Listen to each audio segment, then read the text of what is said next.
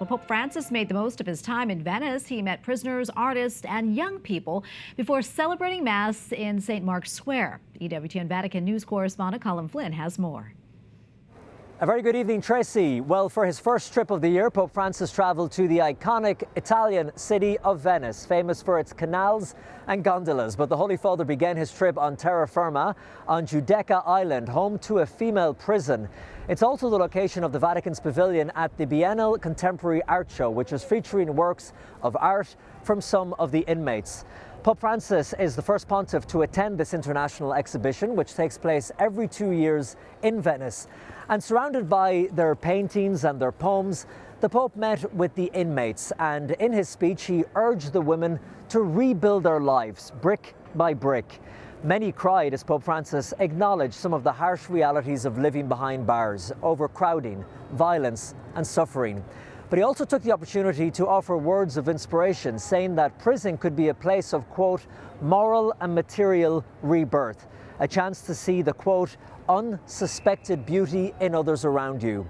Now, following this, he also asked the prison service to offer tools for the detainees' spiritual, cultural and professional growth and reintegration. Afterwards, the Pope got a ride in a patrol boat to the Basilica of St. Mary of Good Health. That's where he met with around 1,500 local young people.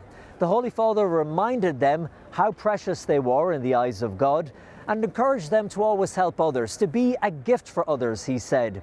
He also told them to, quote, turn off their TVs and open the gospel, get off their cell phones and encourage other people and encounter them.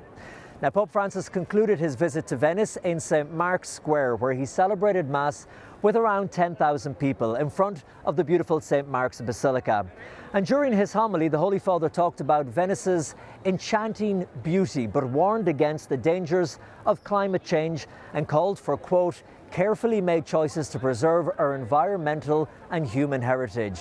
He said that if action was not taken to stop climate change, the very city where he was standing in, Venice, could cease to exist. Pope Francis pleaded once again for peace in the world and an end to suffering, especially in places like Haiti, Ukraine and the Holy Land.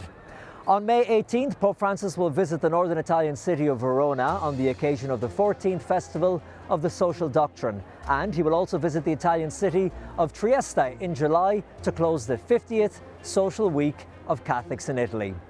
In Rome, Colm Flynn, EWTN News Nightly.